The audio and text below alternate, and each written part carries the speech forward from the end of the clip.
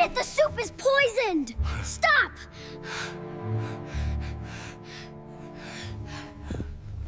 Don't eat that food. The words exploded from the boy's mouth. Before anyone could stop him, the rich man's hand froze in midair, silver fork hovering inches from his lips. Around him, the crowd stiffened, confused, annoyed, some already rolling their eyes. A child with dirt on his cheeks and holes in his shoes had just shouted at one of the most powerful men in the city. The moment felt wrong, dangerous, and electric. Like the air before a storm, the boy stood near the edge of the sidewalk. Thin arms wrapped around himself, shoulders hunched as if he expected a blow. His voice still echoed in the space between them. Don't eat that food. It wasn't loud anymore, but it didn't need to be. Everyone had heard it. The rich man slowly lowered his fork.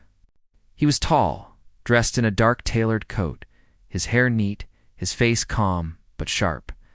This was a man used to control, used to silence when he entered a room. And now silence had come again, but it was different. Heavy. Watchful. People stared at the boy. Some laughed under their breath. Others shook their heads, already deciding he was trouble. A server stepped forward, ready to pull the child away. Security shifted their weight, hands close to their belts. But the man didn't move. His eyes stayed on the boy. The boy's name was Eli. He was 12 years old and had been homeless for almost 2 years. The street had taught him how to disappear, how to read faces fast, how to survive without being seen. Hunger lived in his bones. Cold slept in his joints. Fear was a quiet friend that never left. Yet right now, fear wasn't what pushed him to speak. It was memory. Across the small outdoor dining space, the rich man, Daniel Harrow, had no idea that his life had just balanced on the edge of a child's courage. Daniel Harrow was known everywhere.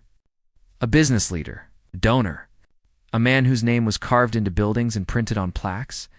He had arrived that evening to celebrate a new deal, a fresh victory, surrounded by people who smiled too quickly and laughed too loud.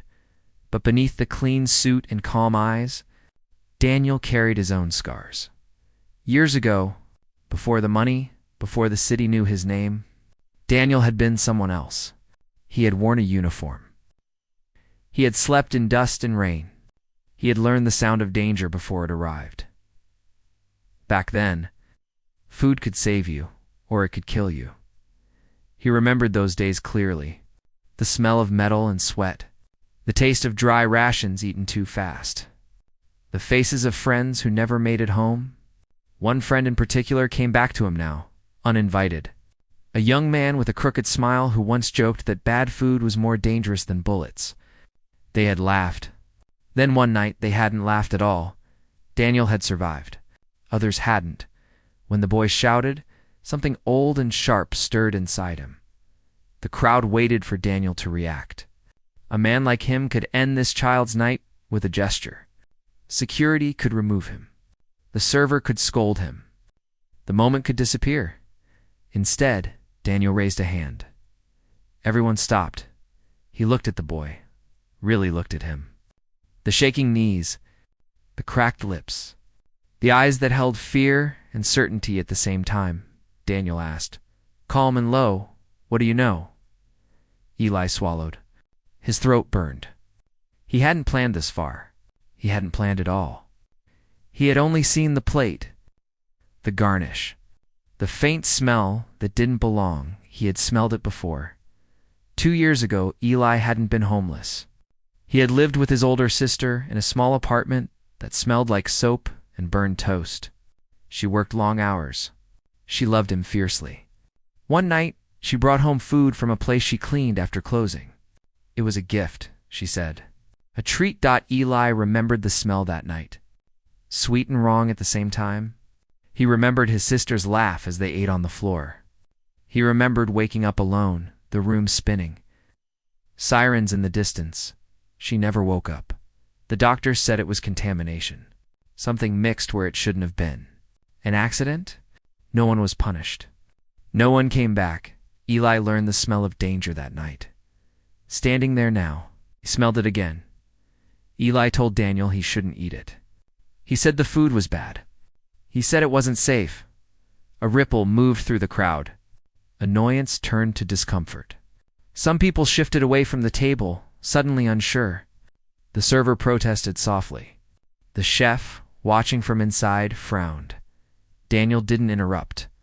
Eli spoke fast now, afraid courage would leave him. He said he knew the smell. He said he'd seen it before. He said it hurt people. The words weren't polished. They weren't perfect, but they were true. Daniel leaned back slightly. His heartbeat slowed, the way it had learned to do under pressure. He looked at the plate. He noticed things he hadn't before. The way the sauce pooled. The way the garnish looked dull, not fresh. Small details. Important ones. He set the fork down. A single action, quiet and final, the crowd murmured. The server stiffened. Security glanced at each other, uncertain. Daniel stood. He told the server to take the plate away. He asked for the manager. His voice never rose. It didn't need to. The boy waited, bracing for anger. For punishment. For someone to tell him he had crossed a line. Instead, Daniel thanked him. The word landed like warmth. People froze again, but this time it was different. The power in the space shifted. The rich man wasn't embarrassed. He wasn't offended. He was listening. The manager arrived, pale and confused. The plate was removed. Questions were asked. A second plate from the same batch was checked. What they found made the air go cold. The food had been compromised. A mistake in storage. A failure in safety. Something that could have ended very badly. Whispers spread fast now. Phones were lifted. Faces changed. Eli felt his legs weaken. The fear finally caught up to him. He had spoken. He had been right. And now he didn't know what came next. Daniel walked toward him. Every step felt heavy to the crowd. This was the moment people would remember. Daniel stopped in front of Eli and knelt, so they were eye level. He didn't rush. He didn't reach out without permission. He simply looked at him. He told Eli that courage doesn't always wear clean clothes. He said some heroes don't know they're heroes yet. Those words sank deep.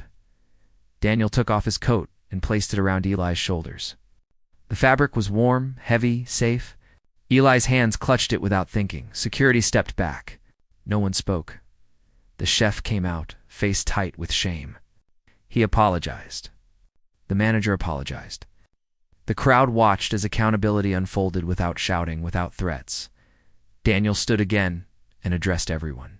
He said that respect isn't about money. It's about listening. He said that ignoring the quiet voices is how people get hurt. One line stayed with those who heard it. Sometimes the smallest voice is the last warning you get. The crowd stood still. Some with heads bowed. Some wiped their eyes. No one laughed now. An ambulance wasn't needed that night, but a truth had arrived just the same. Daniel made a call, then another. Not for attention. Not for praise. For action, Eli was given food that was safe. Real food, warm food. He ate slowly, carefully, like someone who had learned not to trust abundance. Daniel stayed nearby, watching without staring. He asked about Eli's life. He listened. He didn't rush the story or try to fix it with a check alone. He heard about the sister, the streets, the nights that never felt quiet. The city lights glowed as evening deepened. The crowd thinned, but the moment stayed. By the end of the night, plans were made. Not promises spoken into air, but steps placed firmly on the ground. Shelter, school, support. A path forward. Eli didn't understand all of it yet. He only knew that someone had believed him. As Daniel left, people stood aside without being told. Not because of his wealth, but because of what he had shown them. Silent dignity. One more line traveled through the crowd, shared later online. Repeated in comments, and quiet. Conversations.honor is listening when it would be easier to ignore. Eli watched the man disappear into the city. The coat still rested on his shoulders. He felt something new settle in his chest. Not safety yet. Not certainty. But hope, and hope he would learn, is powerful. That night became a story people told. About a child. About a warning. About a man who chose to listen, but beneath the headlines and shared posts, there was something deeper. A reminder that strength doesn't always shout. Sometimes it whispers.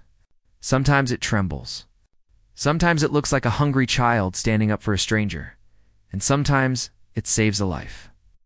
If this story moved you, take a moment to reflect on the voices you might be overlooking. Share where you're watching from. Leave your thoughts below. And subscribe for more stories that honor quiet courage and unseen heroes.